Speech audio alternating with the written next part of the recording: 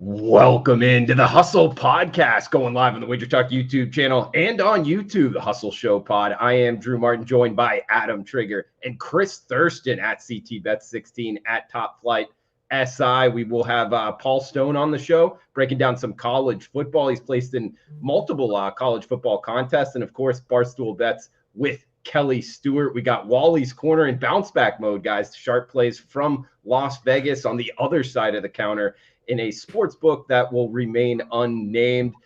Without further ado, going around the horn here, Chris Thurston at CTBet16. Welcome in, buddy. How you feeling?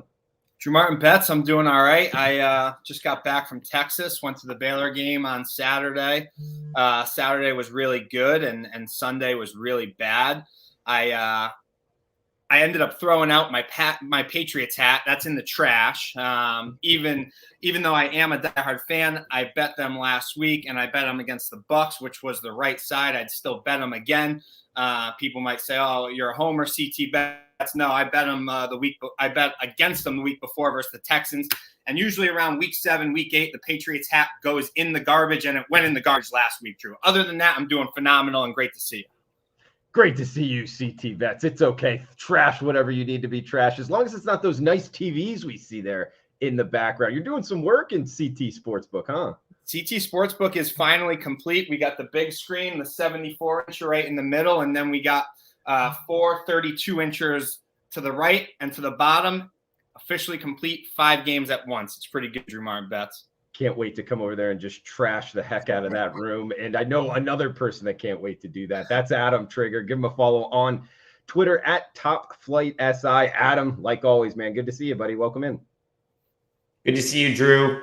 Another good weekend of football in the books. I unfortunately also had the Patriots, and that was brutal. Just a brutal way to lose a football game right there. But it comes, it goes. I had the Eagles on Thursday. I guess I was equally fortunate to kind of backdoor there. So it's all part of the game.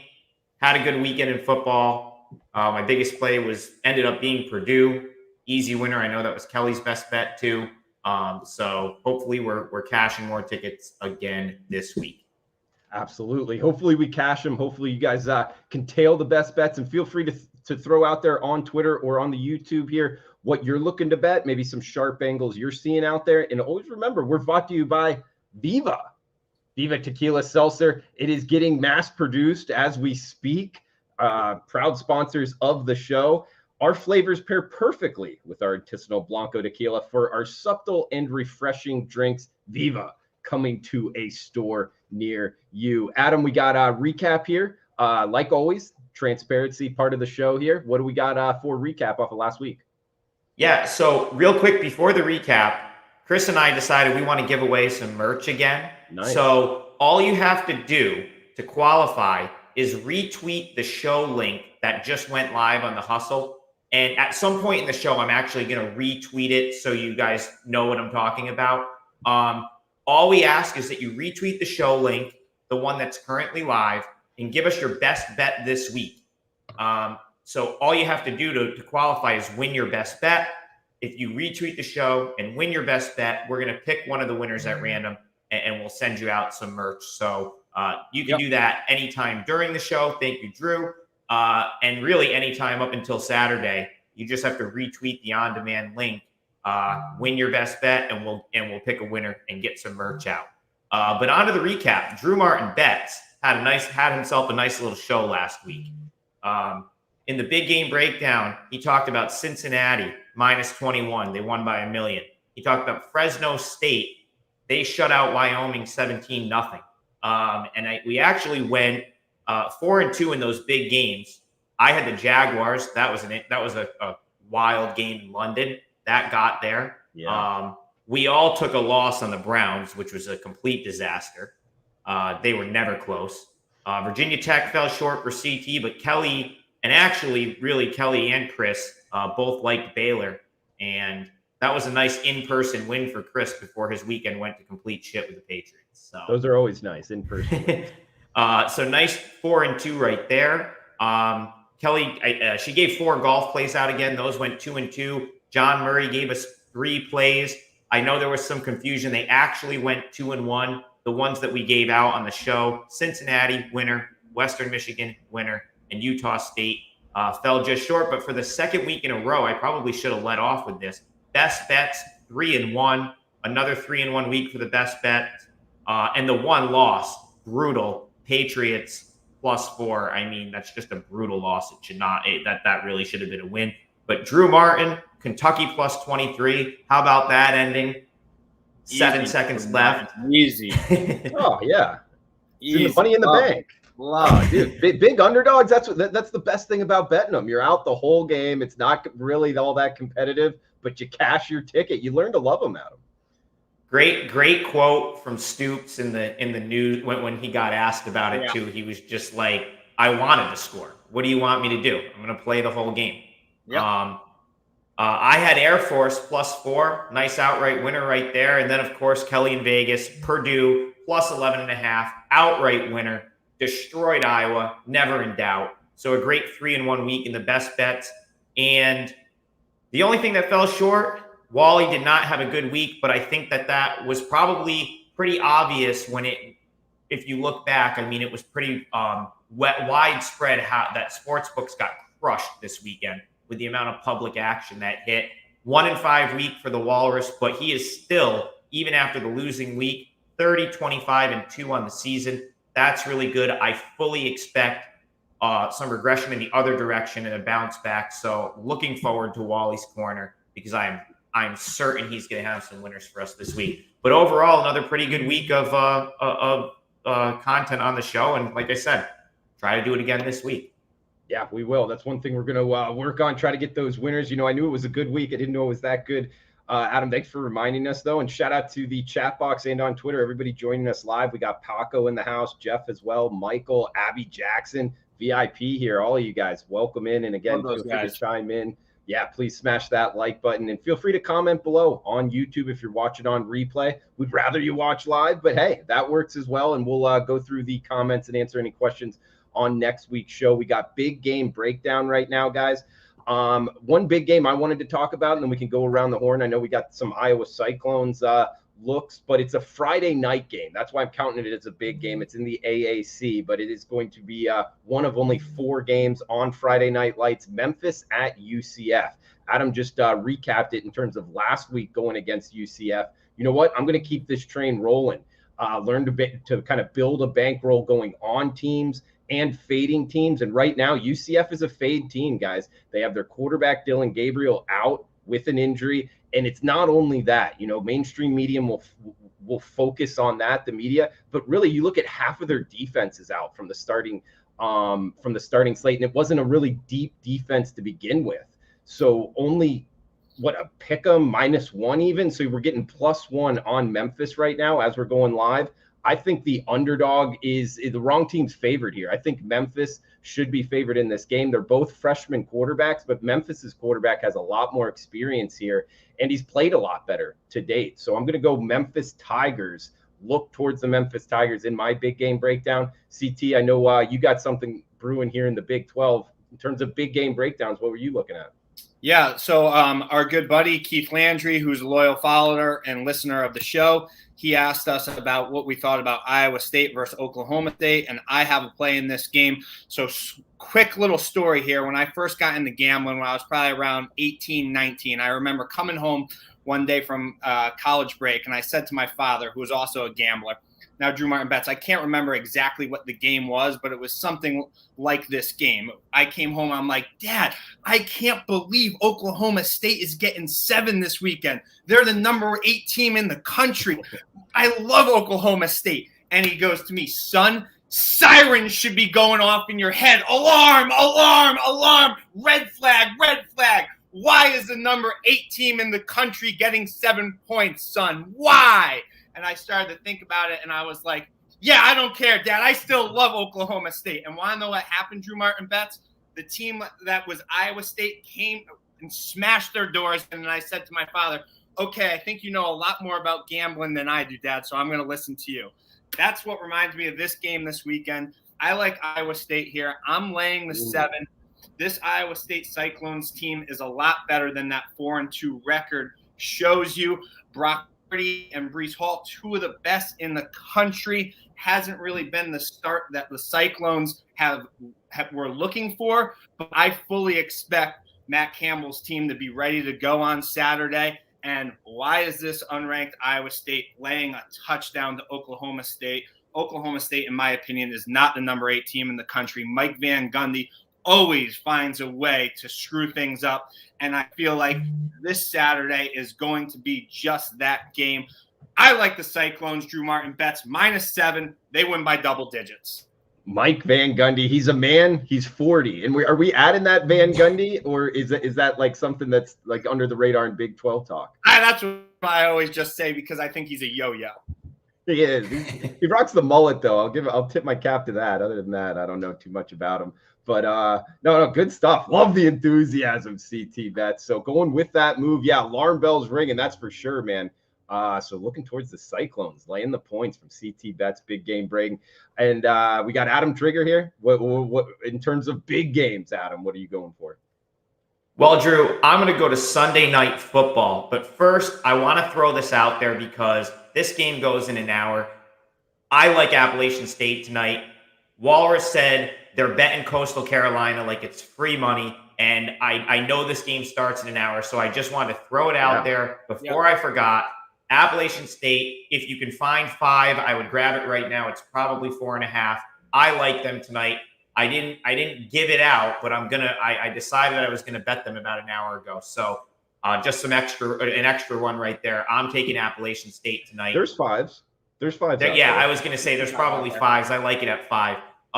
But as far as the big game's concerned, I'm going to Sunday Night Football. Doesn't get much bigger than Sunday Night Football, and I'm looking at the San Francisco 49ers.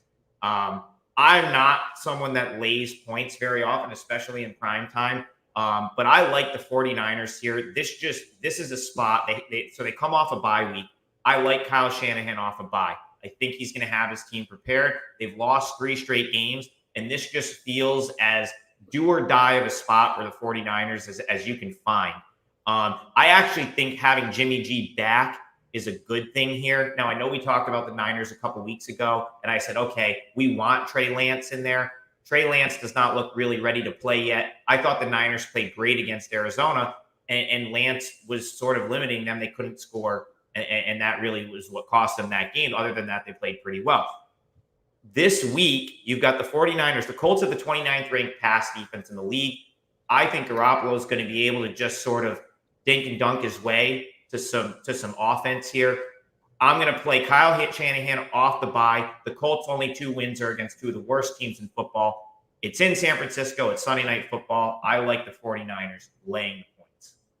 All right, 49ers in Sunday Night Football, guys. So we got 2 college football and 1 NFL for the big game break. The big game breakdowns. Those are the 3 games. We do have guest spot coming up, Paul Stone. But first, reminder brought to you by Viva Tequila Seltzer. Viva Tequila Seltzer, a refreshing and drinkable hard seltzer with 88 calories, 0 carbs, 0 sugar, and 4.5% ABV. Viva, the perfect drink for your post-game celebrations, pre-game celebrations, as it was created with the active lifestyle in mind. And without further ado, our guest here, Paul Stone Sports on Twitter. Paul Stone himself, college football aficionado, has placed in multiple college football contests in Las Vegas. Paul, welcome to the show. How are you? Doing well. Glad to be with you guys and looking forward to another great weekend of college football. Great to have you on. And I know we got some questions for you. And I want to get this right in terms of you placed in 2011 in Golden Nugget and in 2013 again. And I know that there's a lot of contestants in there. So congrats on doing that. And do you have any words of advice for people in contests in order what has helped you in the past in doing so well? Yeah, I'll tell you, I actually won a contest in 2011 that was sponsored by Leroy's, and then won that golden contest in 2013. I think one of the keys is if you have the bankroll, have multiple entries. Try to have the maximum entries if you can, and vary those entries. Some people who have multiple entries are going to do the same selections on all entries early in the contest to try to get all those entries out in front of the pack, if you will. But I think it's good to vary them. Maybe have one entry that's an underdog entry, maybe one entry that's your best selections, and maybe one entry with what we call stale numbers. Obviously, they have to post the lines for the contest typically on Wednesday. You have until late Friday or even early Saturday in some cases to get your selections in. So you might see a team that is actually at the current, when you're putting the sheet in, your selections at -6, but on the sheet it's minus 3.5, and that might be a team that you play. You can't win a contest just by betting or playing the stale numbers, but it is an approach that many people take, and I certainly take that partially on some of my selections, some of my entries. Paul, we really appreciate you coming on. I've been following you for a long time, and your stuff is great. So before we get into the games real quick here, tell everybody where they could find you and your website and everything. Give yourself a plug. Yeah, if they want to see what I have to offer, they can go to my website, which is paulstonesports.org. Again, that's paulstonesports.org. I'm also on Twitter at paulstonesports. And if they wish, they can also reach me rather by email at paulstonesports@gmail.com. Perfect. Well, we're going to get into the games here. There's a couple we want to talk with you. And let's head right to the Mountain West here. Nevada Wolfpack at the Fresno State Bulldogs. Nevada 5-1, going into Fresno State 5-2, 7 o'clock Eastern. Fresno State laying 3.5 to the Wolfpack. What are you thinking here, Paul? Well, I'll tell you, first of all, these teams have a lot of similarities. First of all, they both have outstanding quarterbacks. You've got for Nevada, Carson Strong, who's the reigning Mountain West Offensive Player of the Year. And then Fresno's got a good quarterback of its own in Jake Hayner. He's a guy who's thrown for 330 or more yards in 8 of his last 10 games. Also, another common trait that they have, they both got some really good receivers, not only group of 5 receivers, but just general solid college football receiving core. They also have both defeated a Pac-12 opponent on the road, getting points rather. Nevada defeated Cal by 5 points, I believe, back in week 2. And then a few weeks back, Fresno State goes into the Rose Bowl, defeats UCLA 40-37. Both these teams still have an opportunity to win the West Division of the Mountain West and play for the conference championship the first Saturday in December. These teams are pretty much dead even as far as their power ranking. Fresno State gets the 3.5-point favorites role based on the home field. You typically get 3 to 4 points in power ranking structure for home field. So that's why Fresno State is the favorite. I have no qualm with that, but I like Nevada here. I think Nevada's a slightly superior team. This is a team that they've already won at Boise State. They won 41-31 earlier this season at Boise. They're a team that doesn't turn the ball over. Nevada's committed a total of 3 turnovers all year. They rank 3rd nationally in turnover margin. They're a team also that has thrived in the underdog role. The last 7 times that Nevada has been cast as the betting underdog, they've not only covered 6 of those times, they've won 6 times outright. So of the last 7 times they've been the betting underdog, 6 victories outright. I think they might make it 7 of 8 Saturday in the Central Valley of California. I recommend taking Nevada plus 3.5 over Fresno. I like Nevada too, Paul. Let's switch gears here. There's a big rivalry this week, and I feel like it's not getting talked about as much as usual. I'm talking about USC and Notre Dame, South Bend, Indiana, Saturday night. I have an opinion on this game. I know you do too. Talk to us a little bit about the rivalry and who you like in this one. Well, then, the rivalries, maybe you wouldn't want to tell the fans of these 2 schools, Adam, but the rivalries lost maybe just a little bit of its luster, but it's still one of the great rivalries in all of college football. Notre Dame, they hadn't exactly played a murderer's row to this point of opposing offenses. Cincinnati, the only opponent ranking in the top 40 in total offense that they've played to date. And this USC team, they've got some warts, they've got some imperfections, but most of those are not on the offensive side of the ball. They're on the defensive side of the ball. The Trojans throw the ball 60% of their offensive plays. They have one of the very best receivers in all of college football in 6'5", 215-pound Drake London. He's a guy who is almost certainly going to have 100-catch, 1,000-yard receiving season, might even get about 1,300 receiving yards. To this point, he has 64 catches for 832 yards and 5 touchdowns. He is a load. The Trojans can score. Like we said, they average a shade over 32 points a game. They can score, but they really can't defend. The 3 teams that have defeated USC this year are going to be Stanford, Oregon State, and most recently Utah. All 3 of those teams scored 42 or more points against the Trojans. I think this is going to be a high-scoring game Saturday night in South Bend. There's still some 57 out there. I think this game between USC and Notre Dame goes over the total of 57. I like it, Paul. Good stuff. And do you have any more games you want to throw out there? I know you just broke down 2. Did you have 3 best bets? Yeah, I had another game that I was going to talk about, Drew, if we've got time, and that's going to be the game Conference USA game between UT San Antonio and Louisiana versus Tech. Louisiana Tech. This is a Ruston, good Louisiana. As sports handicappers, a lot of games that we get excited about, maybe the general public doesn't get as excited about. But this is a great opportunity, I think. And first of all, talking about UT San Antonio, a guy who's a former high school coach here in the state of Texas, very successful, Jeff Traylor, he could probably run for mayor of San Antonio right now. He's got the Roadrunners at 7-0. They're ranked for the first time in program history. They're number 24, I believe, in one poll, 25 in the other poll. They didn't even start playing football until back in 2011.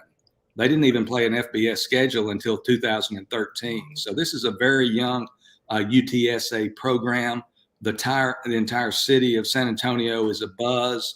Everywhere you turn, you see some kind of ceremony, you see some kind of marching band. There's just a lot of excitement going on around that program right now. And Jeff Traylor is a hot commodity. I know from their perspective, they really hope they can keep him after this season, but Jeff Traylor is going to be going places. He is a name to watch in coaching circles. On Saturday, they're going to travel to Ruston, Louisiana with that undefeated record, and they're going to face a Louisiana Tech team that's 2-4. UTSA looks like, at first glance, that they're the team that has everything going its way. Louisiana Tech seems to be going nowhere fast. Louisiana Tech went out to El Paso this past Saturday night, as you gentlemen know, played a really lackluster game, got beat 19-3. Their quarterback, Adam Kendall, threw 3 interceptions in that loss. So you got a 2-4 Louisiana Tech team. Doesn't look that great on paper, but you take a closer look at their record. 3 of the games that they've lost by 6 points or fewer. And those games are against some really good college football teams. They lost to SMU. They lost to NC State. And they lost to Mississippi State early. So 3 really good football teams only lost by 6 or fewer. They could have, the SMU game, I think they got beat on the last play of the game, and they could have won at least one of those others. So this 2-4 team's really close to being 5-1. Everybody's going to be on UT San Antonio, I think, this week, or a lot of people. But sometimes, guys, when the public zigs, I'm going to zag. And when they bob, I'm going to weave. And this is going to be one of those times on Saturday in Ruston. UTSA comes in, they're riding high, they're nationally ranked, they're feeling good about it. Louisiana Tech, they're wounded. This is a hurt football team. Their back's against the wall. I think they're going to come out and beat Texas San Antonio Saturday in Ruston, Louisiana. I like it, Paul. Great breakdown, man. And I was thinking about this game a lot because before the season started, UTSA was kind of like the flavor in the sports betting, handicappers. They were kind of a trendy, people wanted to play on them. And it has come to fruition. A lot of times when that happens, a lot of people like in a certain team, it doesn't come out. This was right, though, and UTSA being a good side. But I'm with you on Louisiana Tech. It's kind of, they're almost a tricky handicap, going toe-to-toe with the Wolfpack there of NC State and then losing to UTEP, who I know their record's good, but talent-wise. So it's good to hear, a smart mind like yourself even looking to get back on Louisiana Tech. I agree with you. I think it's kind of setting up as that being the right side. I mean, Paul, talking about UTSA and the coach that you mentioned there coming up through the high school ranks, is this something you think can continue in college football in terms of, I've noticed that guys that are doing this, there's a bunch out there. Gus Malzahn just at the top of my head, but going from the high school ranks, and I know you're a Texas guy out there. Do you see that happening more? And is that a type of profile of head coach that you look to bet on in college football? Yeah, some of them have success, some of them don't. Todd Graham, who's I believe at the University of Hawaii now. Todd Graham was a very successful head football coach in the state of Texas at Allen High School, just north of Dallas. Jeff Traylor's a guy who actually coached at Gilmer High School in East Texas, and he got his start as an assistant coach in major college football when Charlie Strong hired him to the University of Texas to recruit basically East Texas, where the University of Texas had not really fared well recruiting wise. So Coach Traylor, I've been aware of him for many years. He is he's a salesman. He's a go-getter. He doesn't miss a trick. I think he's a great recruiter, and I think he's probably going to be at a Power 5 school sooner rather than later. So certainly, high school coaches are not. It's not like hands off. It's not like maybe 20 or 25 years ago. You guys might be too young to remember when Notre Dame hired Jerry Faust out of, I believe, Cincinnati Moeller High School. That didn't work out too well. But you had not seen too many of those hires through the years. But in the last 10 years, as you mentioned, Drew, there have been some of those guys make the ascension up to college football.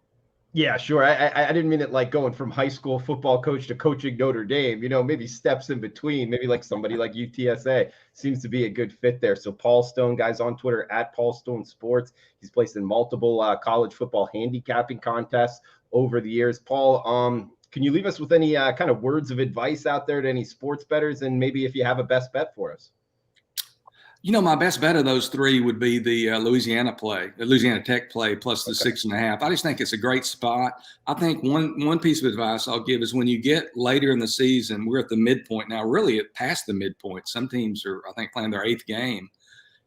Teams start hitting lulls. This is when some of these crazy results are going to come up because teams are going to start getting tired. They're going to lose that mental psyche a little bit. In UTSA's case, they're playing for their 8th straight week. So they played every week since they started. So I think this is a natural spot for them to stub their toe. But I think one piece of advice is, the season's relatively short, but it's a marathon, not a sprint. I think people tend to kind of get crazy and maybe not exercise good money management. They don't keep their head about them. They win at one rate and they lose at a high rate and those kind of things. I think it's just good to be as level as you can. When you're winning, you're not going to win forever. And when you're losing, you're not the biggest loser in the world. You got to take the same approach. You got to have a process, things you believe in, things that have worked for you, that you've identified have worked for you. And you got to stay married to those things. And you've got to trust your process and just keep your head screwed on straight. Love it. Words of advice there from Paul Stone. Paul, we appreciate you joining us, man. And best of luck this weekend. Paul, I appreciate you guys reaching out and asking me to be on, and I'll be on any time. And good luck to everybody this week. Absolutely, Paul. We appreciate it. We're going to ship you out a T-shirt too. I'll text you after the show. Super. I appreciate it. Thank you. Thanks, Paul. He's Paul Stone. And guys, we got from one good college football handicapper to another, and somebody that's pretty plugged into the sports betting world here, as it's Barstool Bets time. And also remember, we are presented by Viva Tequila Seltzer. Viva, we flavored our tequila seltzer because flavor is the spice of life, and we like our drinks with a kick, just as we like to live our lives. Check out Viva Tequila Seltzer coming to a store near you. And without further ado, at Kelly in Vegas on Twitter, Barstool Bets. Kelly, welcome in. How are you? Hey guys, long day. I'm losing my voice at this point in time. It has been a fun Wednesday. So glad to cap it off with you guys. Only thing that's missing is Aviva. Oh man, Chris. Apparently they're in production. Yeah, we have good news. Adam, I can't hear you over the echo of your dungeon. You don't get to talk the rest of the segment because Adam and I are literally fighting. I do a show with him every single week, and I'm like, I'm not doing it. I'm not doing a show with Adam anymore. He leaves at the 45-minute mark every single show. It's been the laughing joke, and now he sounds like he's in a wind tunnel. I fixed that. I can't fix the fact that this entire place is tiled, but apparently I have to go out and buy a rug. These are the type of things I didn't think I'd have to be dealing with right now, but I'm going to go rug shopping for you this week, Kel. And we're going to fix the echo. I love, if you guys haven't realized, my favorite person to talk shit to is Adam. And boy, does he take it well, because I think every single one of us just loves to pile it on him. And thanks to Adam for being a good sport. I asked Chris if he wanted to hang out on Saturday, and he goes, I'm not drinking. If you show up at my house, I will call the cops. That's exactly. I am still not drinking. Jeffrey Buffum is correct. I am going to take a 1 day hiatus, maybe 2 between now and my birthday. We'll see. But yeah, right on that sober October train. And it doesn't mean that I don't want. The idea is like, it's been a long day. You know, we've got some Sunbelt action later on. Of course, I want to have a cocktail. Is that so wrong? By the way, pro tip, when you guys do get your Viva seltzers, go to the store, get some tahini, lick the rim like it's like a salt. It is the best. Yes, good. That is a good move, and we've told the owner that he's well aware. He was sending us videos this morning, and they are producing right now in Wisconsin. And we look to have some Viva shipped out to us soon and be in stores in Boston, and people will be able to purchase it online as well. So, Paco Healy, I know that he will be happy for one. So, the new cans look awesome too. The new cans are so much better than the ones we have. Well, yeah, the ones we have don't have any of the information. It's just kind of the. You have to remember, this is like in early production. Come on, when White Claw first came out, did you guys see it? They look super janky, and now they're like the leading seltzer brand. So hopefully we can get Viva there as well. It's like my studio here. It's an early production. It's gonna get better, you know. Boom, boom, boom. Kelly, you're off of a huge weekend again. I mean, your account value's got to be through the roof. You were just smashing winners. I mean, you're bringing winners to the Hustle Show pod. Congratulations. Thank you. You know, Paul Stone said it best. Really respect Paul. Actually was his proxy back in the day a long time ago. I believe it was not the year he won the Golden Nugget. It might have been the year after, but either way, really sharp guy. So glad he got to come on with you guys, but he absolutely nailed it. When you're winning, you want to keep doing what you're doing. If you start to lose, I think it's important for you to make adjustments. So the spreadsheet that I have on my computer, I have every game that I bet and why I bet it and why it won or why it lost. Like if I won on a backdoor cover or I lost on a backdoor cover or it was just a bad bet like Arizona was last week. And I kind of overthought it and followed the market, and I was absolutely dead wrong. Colorado steamrolled that 0-7 now team. That being said, he makes a really good point. Right now has been a great hot streak. And a couple of weeks ago, I was like, okay, you know, I know regression's coming, and I only bet 5 games. Last week, I was like, I'm not doing that. Like right now, if you're hot, you're hot. You got to ride the hot streak. And even if I end up going 1-7 on Saturday, I'm still going to be up on the year. So I think this is one of those weekends where I'm still picking and choosing, doing everything that I've been doing all season long. But if I like 9 games, I like 9 games. If I like 4, I like 4. And I'm not going to force the issue or try to scale back by any means. Words of advice. Kelly knows what she's doing. And Adam, have at it, man. Well, Kel, you know, we had a nice little cameo from John Murray, even though he didn't make his way onto camera last week. He went 2-1, which is awesome. And I know he maybe texted you a couple earlier today. So do you have any info from John to share with us? He did, and I have a feeling that it's going to be one of those situations where we see a lot of the sharp guys on the same this week. He texted me Nevada +4, San Diego State +3.5, and New Mexico +21. That's Nevada, San Diego State, New Mexico. I'm not going to screw that up. Last week, I did say it correctly on the show. I had it written down differently, so I kind of upset a few people on Twitter. I apologize. I still have no idea where the hell that Alabama play came from. But it was a winner.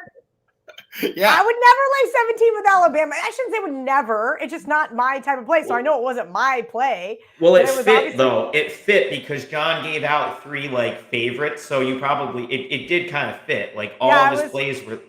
You know. It was just one of those things, and I didn't have my notebook in front of me, which is like my notes are even legible at this point in time anyway. But I didn't have anything. I was up watching the games with my dad, and I just assumed that that's where those plays came from. So I tweeted it out. Yes, John Murray did go 2-1 last week. And you know what? If he goes 2-1 every week, I don't care if we never have him on the show. He's way too busy bitching about, you know, the sports book's getting killed on Sunday. I think that's 3 Mountain West dogs right there, Drew. Is that correct? Nevada, yes, Nice. All right. Sorry, T. Go ahead, well, CT. You're good. Cal, you and I are both Big 12 people here, and the Big 12 has kind of been a crazy year. I know K-State isn't off to the greatest start in the Big 12, but surprisingly, my Baylor Bears have been pretty well, have fared pretty well thus far. And we all didn't really expect Baylor to have that great of a year, but they're off to a 3-1 start here in the Big 12. OU's 4-0. Oklahoma State is 3-0. There's a big game this weekend that I talked about earlier that I think you're on the same side as me here. Iowa State at home taking on number 8 ranked Oklahoma State. What are you thinking on this one? And what are you liking in the come Big 12 championship? I know we're only halfway through the season here, but what do you see in the Big 12 lining up to be in the finals here? This is a really interesting line. And hey, look, we lost Adam 7 minutes early today. Still we lost here. Drew. Sorry. No, we lost Drew Martin back. He's back. So I just assumed it was you. We lost Drew 7 minutes early today. Don't worry, guys. We got some new production stuff coming. I asked our producer over at WagerTalk to help us out going forward. And he was a little too busy today, but next week we're going to get on it so this kind of stuff doesn't keep happening. So, yeah, I'm on Iowa State. It was one of the chalk plays that I laid. I tweeted out earlier. I have 3 chalk plays this week, and that's the most I've had all year. I had Baylor last week, and I think I had 1 or 2 other favorites that I personally had played throughout the year. But this is the chalk week for me, and Iowa State is that chalk. If you notice right now, you're seeing the reverse line move, and that is all the tickets on Oklahoma State, yet Iowa State moved up to a touchdown. I watched this Iowa State team for 0 seconds last weekend. I shouldn't say 0. It was more like 45. Sitting on my dad's couch, boom, right out of the gate, Iowa State touchdown. I go, okay, I've had enough. This was enough for me with Kansas State. I think what we're finally seeing is Matt Campbell having his team into that preseason hype form. This is a really tough place to play as in Ames. And if you know anything about this rivalry, Oklahoma State goes into Ames all the time and gets beat, no matter what. And everybody wants to make excuses for them. But the bottom line is Ames, Iowa is a tough place to play. Now, while this isn't a night game, it is, I think it's a 1:30. No, I'm sorry. It's a 2:30 kick Central Time. 3:30 Eastern. Yep. Yep. I do like Iowa State here. Another little fun thing that I like to do is whenever I see ranked teams catching points, I like to bet against them. The other ranked teams catching points this week that I bet against Oregon. I took UCLA -2.5, and that, is going to be my best college bet this week if you watch Bet on It. And then I also laid 3 with Wisconsin, and I know Purdue was awesome for me last weekend, but they were just a little too awesome, and that concerns me. They're being a little overvalued here. Look, the Badgers have just been atrocious this year, but for me, I just see this as one of those letdown spots for Purdue. Badgers should roll. Kelly, I got a follow-up question for you on the Oklahoma State Iowa State game. I love that you said, Ames, Iowa is a tough place to play. I still go back to that game. I'm not sure if it was the one you were talking about, CT, where Oklahoma State was like number 2 in the country. They went into Iowa State and lost that game. That was, I don't know, in between 5 and 10 years that ago. Didn't that cost them a chance at the that would have been, they would have been in the national championship that game. Yeah. If you guys remember, there was a plane crash, and I think it was a women's basketball team. I'm trying to remember what it was. And Oklahoma State, it was the men. I think it was the men's. Well, I think they've had multiple plane crashes, but okay. Well, we're going to kind of try to not talk about that because guess who has to get on a plane next weekend. But that being said, a lot of people thought that it was going to be something more emotional than that was, and they kind of used it. But I believe Oklahoma State was like a 23.5-point favorite in that game. I'd have to look up the line history on it. But yeah, look, Oklahoma State historically goes into Ames and gets beat. Are they fraudulent? No. I was on Oklahoma State last weekend. I gave out the money line, but that was more of a play against Texas. And that's exactly what we saw in the second half of that Texas game, was that they are not consistent for 4 quarters. Oklahoma State took advantage of it. I mean, if you watch the first 30 minutes of that game, Texas could have ran away with it. They just don't have the discipline. They do have the athletes, and they're always overvalued for whatever reason. And that's why I lean towards Iowa State this week, because now Oklahoma State, after beating Texas, is in fact overvalued. That's why we've seen the line move to 7. Sure. And we've seen it at 7. We're even seeing circa at 7.5 now. And my question was, you talked about reverse line movement, and I'm seeing 60% of the money and 66% of the tickets on Oklahoma State, and yet the line moving up. That's what you mean, like for people new to sports betting, reverse line movement being that. Is there a certain number that you put on that in terms of percentage wise that would qualify? Well, Drew, so like normally I'm looking at reverse line movement on the dog, right? So like last week, let's use the Patriots game, right? They opened as a 4.5-point dog. They closed as a 3-point dog, even though all the money was on the Cowboys, right? So normally the reverse line movement, people focus on the underdogs, but it happens on the favorites all the time. Last week, Cincinnati absolutely just got steamed. This week, we're seeing it on Iowa State. We're seeing it on Temple. We're seeing it on Nevada. We've seen it on San Diego State. And that is where when the tickets are on one side, but the money's on the other, the line keeps dropping because the money gets way more respect than the tickets, if that makes any sense for the novice bettor. Yeah, absolutely. Thanks for the clarification on that, Kelly. And I guess we're running up against it time-wise. Wally's Corner. Kelly, are you going to hang around with us for it? Yeah, sure. Why not? All right, let's have at it.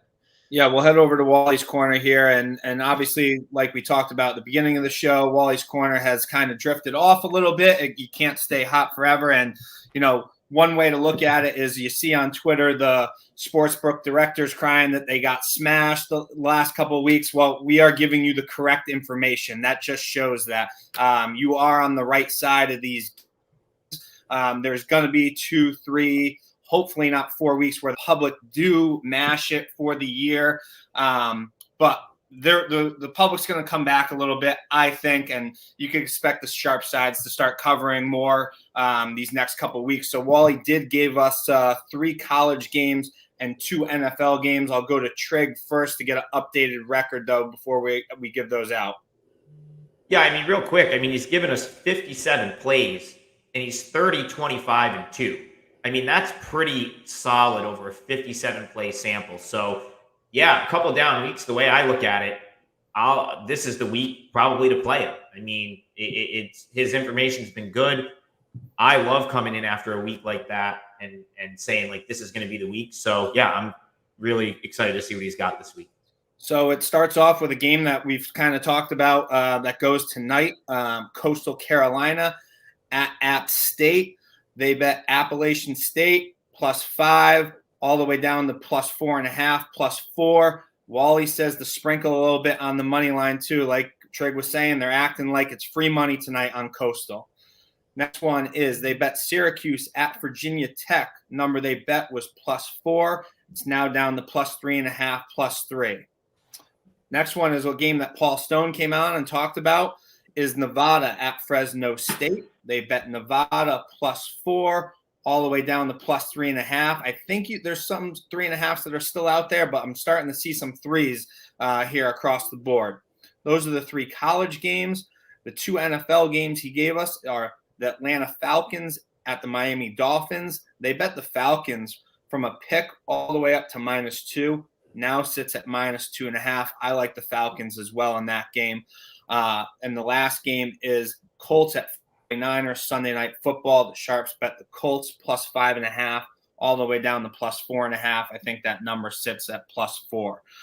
So that's at currently. So that's 3 college and 2 NFL, and I fully expect Wally's Corner to turn it around and start cashing some more tickets. So do what you will with those, but that's Wally's Corner for this week. I like it, CT Bets. Like what Adam had to say. If you're looking to jump on, this week might be a good one in bounce back mode. Hey, to give some love to the YouTube comments, and guys, feel free to ask any questions below on YouTube. Shout out to 2 of them here. One being William from last week saying, does Kelly ever play the piano behind her? Guessing that's a no. And I can't even clap on beat, but that is funny. I didn't realize there was a piano behind me.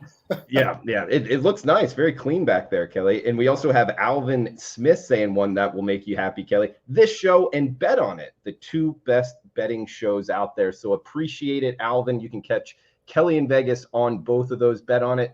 What, you guys record on Wednesdays and Mondays, correct, Kelly? Yeah, Mondays before Monday Night Football, Wednesdays usually out by 8 Pacific. Sometimes it's a little bit later. I know our producers are really overwhelmed. I haven't put up a job posting yet, but have a feeling at the rate that WagerTalk is growing, we're going to need to hire some people.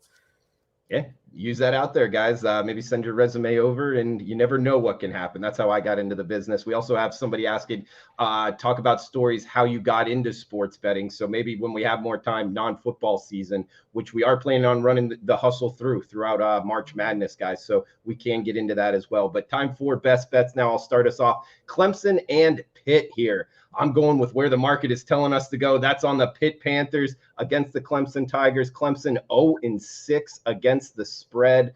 Something's wrong with this offense. And Pitt, ever since they lost that game to the MAC opponent Western Michigan, they have been 157-35. That's the final score of their last 3 games. They've absolutely been smashing, winning, and covering the last 3. Georgia Tech and Virginia Tech being 2 of those squads. I think they keep it going here against Clemson, and I would lay the 3 with the Pitt Panthers. So Kelly in Vegas, at Kelly in Vegas on Twitter. Kelly, where you got going for best bets?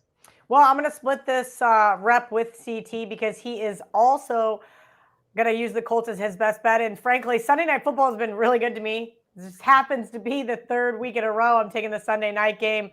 But it's not a play on the Colts. While I do think that they've looked really well the last 2 weeks, that Monday night in Baltimore. And yes, it's easy to look great against a team called the Texans, whose quarterback is Davis Mills. But I will give Carson Wentz a little pat on the back. He's really progressed this year. Up and start this season, I'm like, you really want to bet on Carson Wentz, the turnover king. This guy has like 58 fumbles in his career, but this year he only has 1 interception. This is more of a play against San Fran. Now, yes, George Kittle's out. Yes, they have some drama in their locker room regarding who's going to be starting quarterback, but I don't think Trey Lance and Jimmy G have that much of a difference here. Now, you may want to wait to see who is going to be the starting quarterback, but I'm not waiting. I like the 4 with the Colts. San Fran has dropped 6 straight at home. They failed to cover their last 8 times at home as a favorite, and they've dropped 4 of their last 14. Give me the Colts. Give me the Colts money line.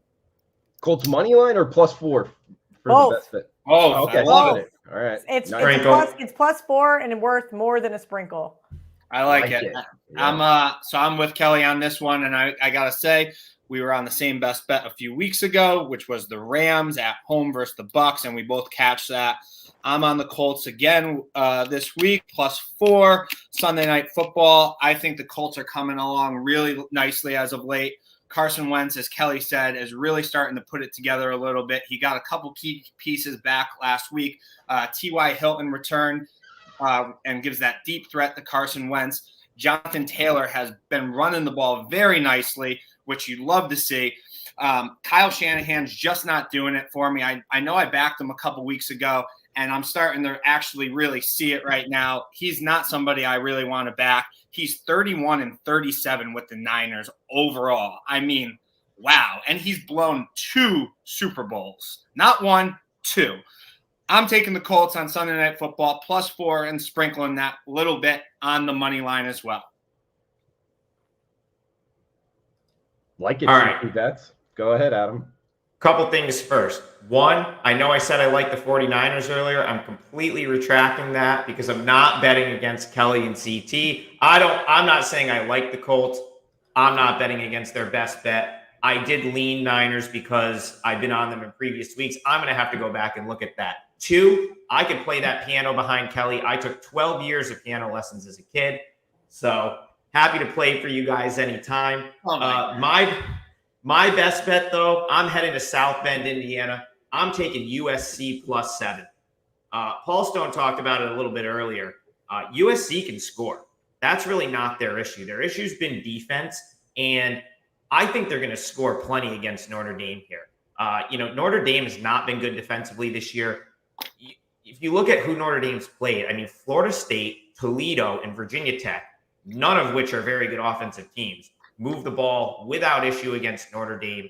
We talked about the dream crusher scenario. That's over. That happened when USC lost to Oregon. Now it's just about, typically when a coach gets fired, you get this far into the season, it's going to be about who wants to be there, who wants to play.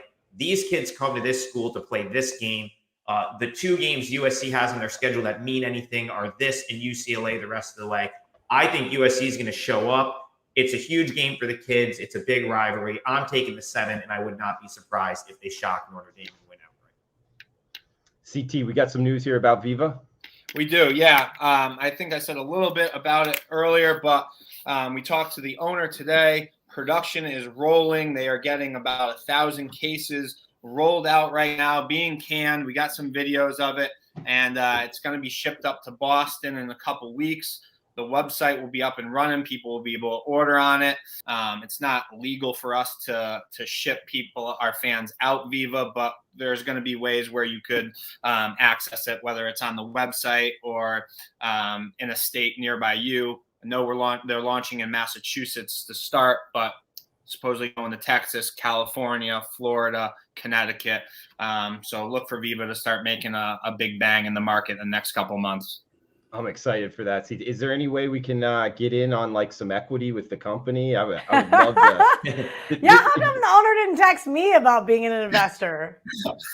I think I could steer you in the right direction. I'll give the owner your number, Drew Martin Betts, and he'll hit you up.